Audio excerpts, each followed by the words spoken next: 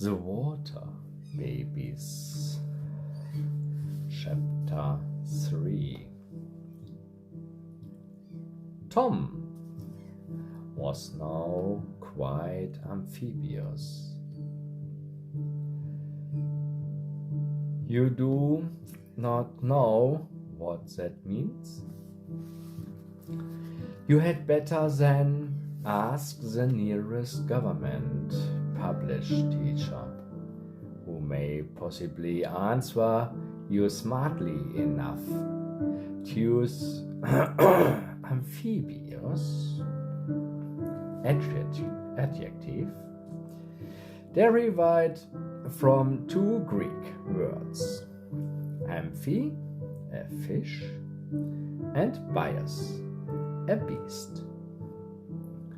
An animal supposed by our ignorant ancestors to be compounded of a fish and a beast, which therefore, like the hippopotamus, can't live on the land and dies in the water.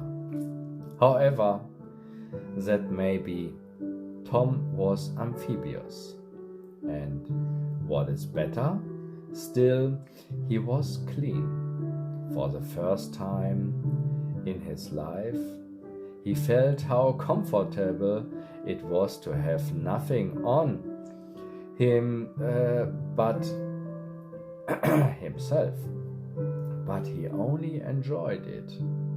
He didn't know it or think about it, just as you enjoy life and health, and yet never think about being alive and healthy, and may it be longer before you have to think about it. He did not remember have ever been dirty. Indeed, he did not remember any of his old troubles, being tired or hungry or beaten or sent up dark chimneys. Since that sweet sleep, he had forgotten all about his master and Hasover place and the little white girl, and in a word, all that had happened to him when he lived before. And what was best of all, he had forgotten all the bad words which he had learned from Grimes and the rude boy with whom he used to play. That is not strange, for you know, when you came into this world and became a land baby, you remembered nothing. So why should he, when he came a water baby? Then have you lived before? My dear child, who can tell? One can only tell that by remembering something which happened where we lived before. And as we remember nothing, we know nothing about it, and no book and no man can ever tell you certainly. There was a wise man once, a very wise man, and a very good man, who wrote a poem about the feelings which some children have about having lived before. And this is what he said. Our birth is but a sleep and a forgetting. The soul that rises with us, our life's star, hath elsewhere had its setting, and cometh from afar, not entire forgetfulness, and not in utter nakedness, but trailing clouds of glory do we come from God, who is our home. There, You can know no more than that, but if I was you, I would believe that. For then the great fairy signs, who is likely to be queen of all the fairies for many a year to come, can only do you good and never do you harm. And instead of fencing with some people, that your body makes your soul, as if a steam engine could make its own coke. Or with some other people, that your soul has nothing to do with your body, but it's only stuck into it like a pin into a pin cushion to fall out with the first shake. You will believe the one true, orthodox, inductive, rational, deductive, philosophical, seductive, logical, productive, irrefragable, salutary, nominalistic, comfortable, realistic, and all accounts to be received. Doctrine of this wonderful fairy tale, which is that your soul makes your body, just as a snail makes his shell. For the rest, it is enough for us to be sure that whether or not we live before, we shall live again. So not, I hope, as poor little Heathen Tom did, for he went downward into the water, but we, I hope, shall go upward to a very different place. But Tom was very happy in the water. He had been sadly overworked in the land world, and so now, to make up for that, he had nothing but holidays in the water world for a long time to come. He had nothing to do now but enjoy himself and look at all the pretty things which are be seen in the cool, clear, cold water world, where the sun is never too hot and the frost is never too cold. And what did he live on? Watercresses, perhaps, or perhaps water gruel and water milk. Too many land babies do so likewise, but we do not know what 1/10 of the water things eat. So we are not answerable for the water babies.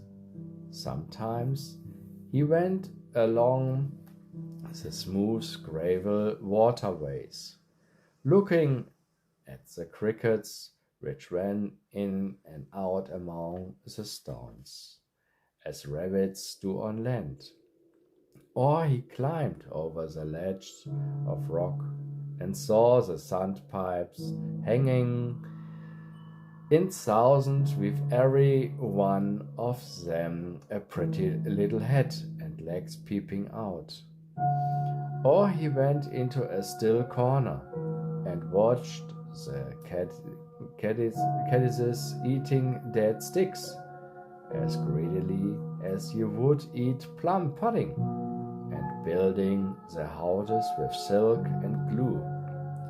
Very fancy few ladies there were. None of them would keep of the same materials for a day. One would begin with some pebbles. Then she would stick on a piece of green wheat. Then she found a shell and stuck it on too, and the poor shell was alive, and did not like at all being taken to build houses with, but the caddies did not let him have any voice in the matter, being rude and selfish, as vain people are apt to be.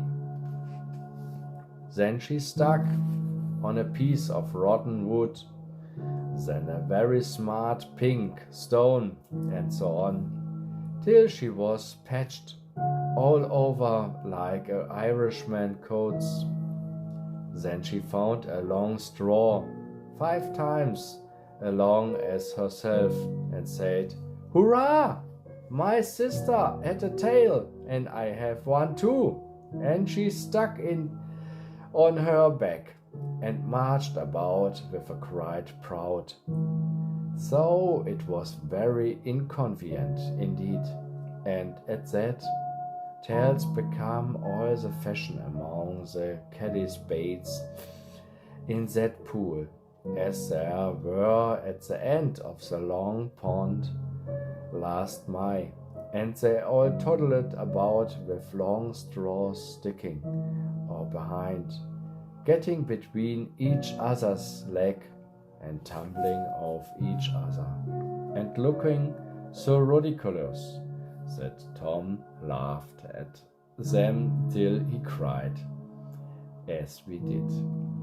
But they were quite right, for people must always follow the fashion, even if it be spooned bonnets. Then sometimes he came to a deep, still reach, and there he saw the water forests. They would have looked to you only little weeds, but Tom, he must remember, was so little that everything looked 100 times as big to him as it has to do, just as things do to a minnow who sees and catches the little water creatures which you can only see in a microscope. And in the water forest he saw the water monkeys and water squirrels. They had all 6 legs. Thought everything almost has 6 legs in the water, except efts and water babies. And nimbly enough they ran among the branches. There were water flowers there, too, in thousands, and Tom tried to pick them, but as soon as he touched them, they drew themselves in and turned into knots of jelly. And then Tom saw that they were alive, bells and stars and wheels and flowers of all beautiful shapes and colors, and all alive and busy, just as Tom was. So now he found that there was a great deal more in the world than he had fancied at first sight. There was one wonderful little fellow, too, who peeped out of the top of a house built of round bricks. He had 2 big wheels and 1 little one, all over Steve, spinning round and round like the wheels in a threshing machine. And Tom stood and stared at him to see what he was going to make with his machinery. And what do you think he was doing? Brick making. With his 2 big wheels he swept together all the mud which floated in the water. All that was nice in it he put into his stomach and ate.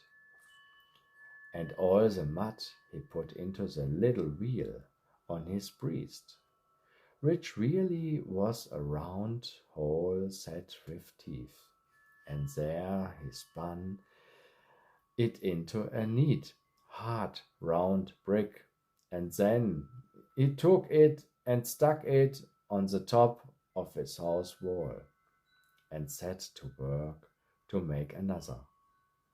Now Was not he clever little fellow? Tom thought so, but when he wanted to talk him, he brickmaker was much too busy and proud of his work to take notice of him. Now you must know that all the things under the water talk, only not such a language as ours, but such as horses and dogs and cows and birds talk to each other. And Tom soon learned to understand them and talk to them, so that he might have had very pleasant company if he had only been a good boy. But I'm sorry to say he was too like some other little boys, very fond of hunting and tormenting creatures for mere sports. Some people say that boys cannot help it, that it is nature, and only a proof that we are all originally descended from beasts of prey. But whether is it nature or not, little boys can help it, and must help it. For if they have naughty, low, mischievous voice, tricks in their nature, as monkey have, that is no reason why they should give way to those tricks like monkeys, who know no better, and therefore they must not torment dumb creatures. For if they do, a certain old lady who is coming will surely give them exactly what they deserve. But Tom did not know that, and he pecked and pulled the poor water things about sadly, till they were all afraid of him, and go out of his way, or crept into their shells. So he had no one to speak to or play with. The water fairies, of course, were very sorry to see him so unhappy, and longed to take him and tell him how naughty he was, and teach him to be good and to play and romp with him too. But they had been forbidden to do that. Tom had to learn his lesson for himself by sound and sharp experience, as many other foolish persons has to do. So there may be many a kind heart yawning over them all the while, and longing to teach them what they can only teach themselves. At last, one day, he found a caddis and wanted it to peep out of its house, but its house door was shut. He had never seen a caddis with a house door before, so what must be he do? He meddlesome some fellow, but pull it open to see what the door ladies was doing inside. What a shame! How should you like to have anyone breaking your bedroom door in to see how you looked when you were in bed?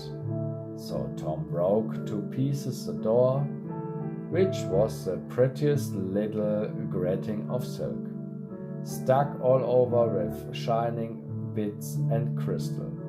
And when he looked in, the caddis poked out her head, and it had turned into the shape of a bird's. But when Tom spoke to her, he could not answer, for her mouth and face were tied up in a new nightcap and neat pink skin. However, If she didn't answer, all the other caddises did, for they held up their hands and shrieked it, like the cats on Struwwelpeter. "Oh, you nasty, horrid boy! There you are at it again." And she had just laid herself up for a fortnight's sleep, and then she would have come out with such beautiful wings, and flown about and laid such lots of eggs, and now you have broken her door, and she can't mend it because her mouth is tied up for a fortnight, and Shell will die. Who sent you her to worry us out of our lives? So Tom swam away. He was very much ashamed of himself, and then and felt all the nausea, as the little boys do when they have done wrong and won't say so.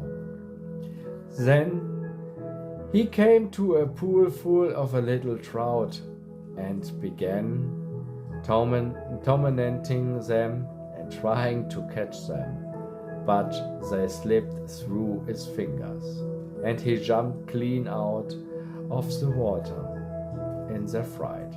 But as Tom chased them, he came close to a great dark over under an alder root, and out flashed a huge old brown trout 10 times as big as he was, and ran right against him and knocked all the breath out of his body.